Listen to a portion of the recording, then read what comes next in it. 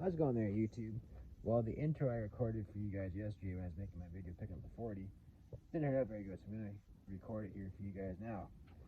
So anyway, picked up the Cockshutt 40 yesterday from Richard Beecrofts auction sale that I won on last Tuesday or Wednesday. It's a pretty good trip out there. The sun was shining the whole way out, thank God, because we got some rain here today.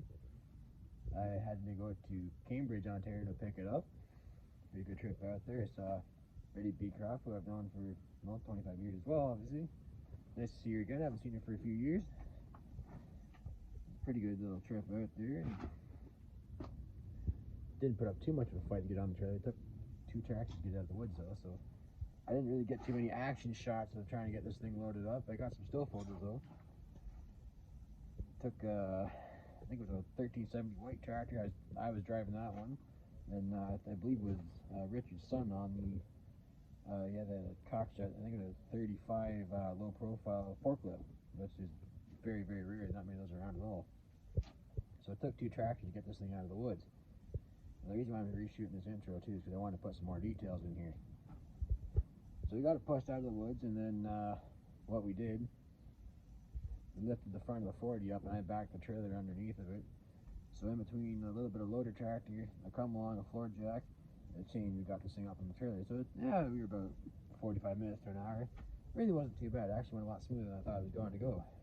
So we got it all chained down, and we got back home here about 1 o'clock yesterday afternoon.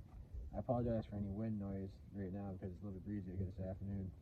But I got out there, and someone else was there before me, and had to decide to help out a little bit to help get him loaded up. First come, first served basis, of course, and you know it's always nice to help somebody out. There's a fellow there. I think it was either a 540 or a 30 carcass he was picking. I didn't look at it too closely, but you got the forklift stuck, and then I hopped on the 1370 and helped pull him out of there and help him get loaded up. So I'm sorry, I forget what your name is if you're out there watching, but I mentioned I do the YouTube thing. He said he'd come check me out. So if you're out there watching, I hope you got home in one piece all right, and I hope you got unloaded safely. But anyway, I got some still photos here from the auction sale yesterday, and a couple of clips of pulling the 40 in the backyard. I did use the 1828 yesterday to do that, so yeah, just need to start it right up.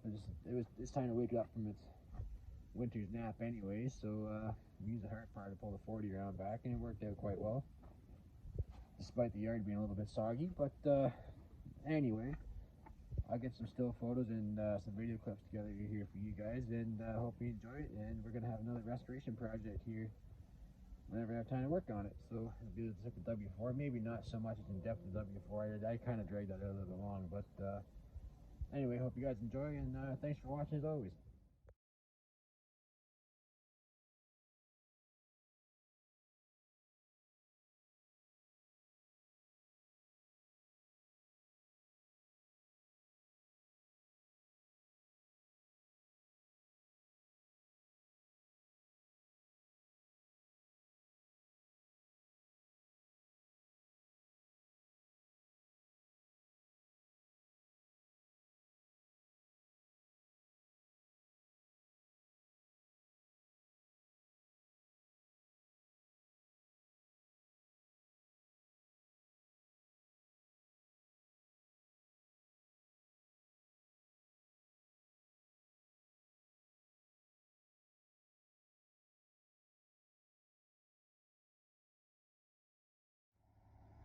We're just blocked in here at the moment. That's all right.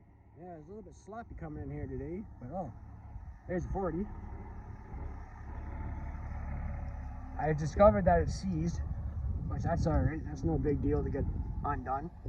Hopefully, it's just a little bit of water got in it and locked it up. But I'll pull the plugs out when we get home, and I'll get some diesel fuel and some transmission fluid, and hopefully we'll get it in there, and it'll unseize itself. Gotta let it sit for a bit, but we'll start going out and clean it up and whatnot when we get home. I'm gonna pull it back to the 1828. But anyway, guys, trying to clear out here a little bit. Cockshutt 35 forklift.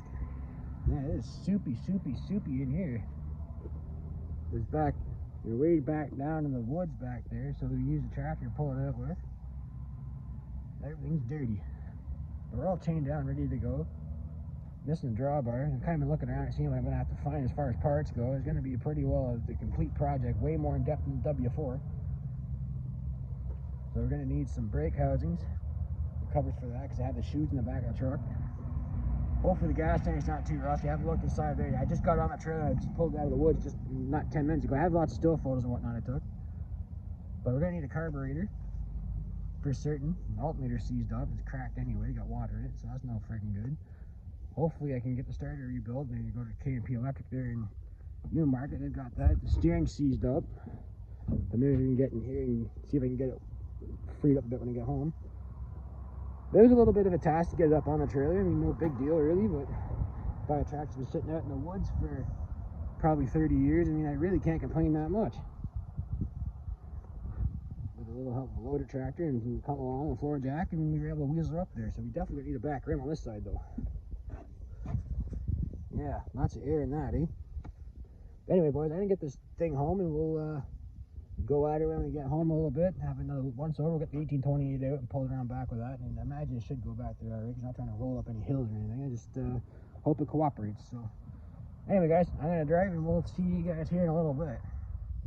All right, made it back home. It's about just a little over 2 hours coming home. I took the back roads way home. Went out number 9 through Orangeville, and down number 10, out through Erin, into Fergus, out through Hermosa, Guelph, whatnot. Went down the back roads. It's kind of a nice way to go. Anyway, this is a little bit close look at this 40. Of course, you're going to need a front tire here. This rim over here doesn't look too bad. I don't think it's holding any air. I think these actually have calcium in the wheels right now. But at least it's got the wheel weights on it. So, rim actually doesn't look too bad. I tracked that state. It looks a little soft there. This is why I think there was calcium in it. So, that was already done this morning. We didn't need a drawbar. That was already all bent up before I picked it up. So, we need a PDO shield and drawbar. Seat cushions, of course. So, obviously, it's going to get a full rewire. We got a completely trashed rim here. I'll go on the scrap metal truck next time we go. Probably just cut this tire off the sawzall or something. This rim's completely toast. Of course, need a carburetor for the other side, but it's got this auxiliary hydraulic pump on it. I don't know if I'll keep that or not. Auxiliary tank and whatnot. Missing the battery tray. Obviously, get some fresh fuel line, fresh belts, and it looks like in here I'm missing a water pump too.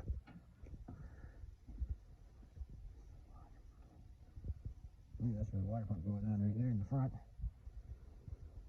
of the engine. But I do believe that it's seized up because, although I did just grab a hold of the crank pulley and try to give it a little turn.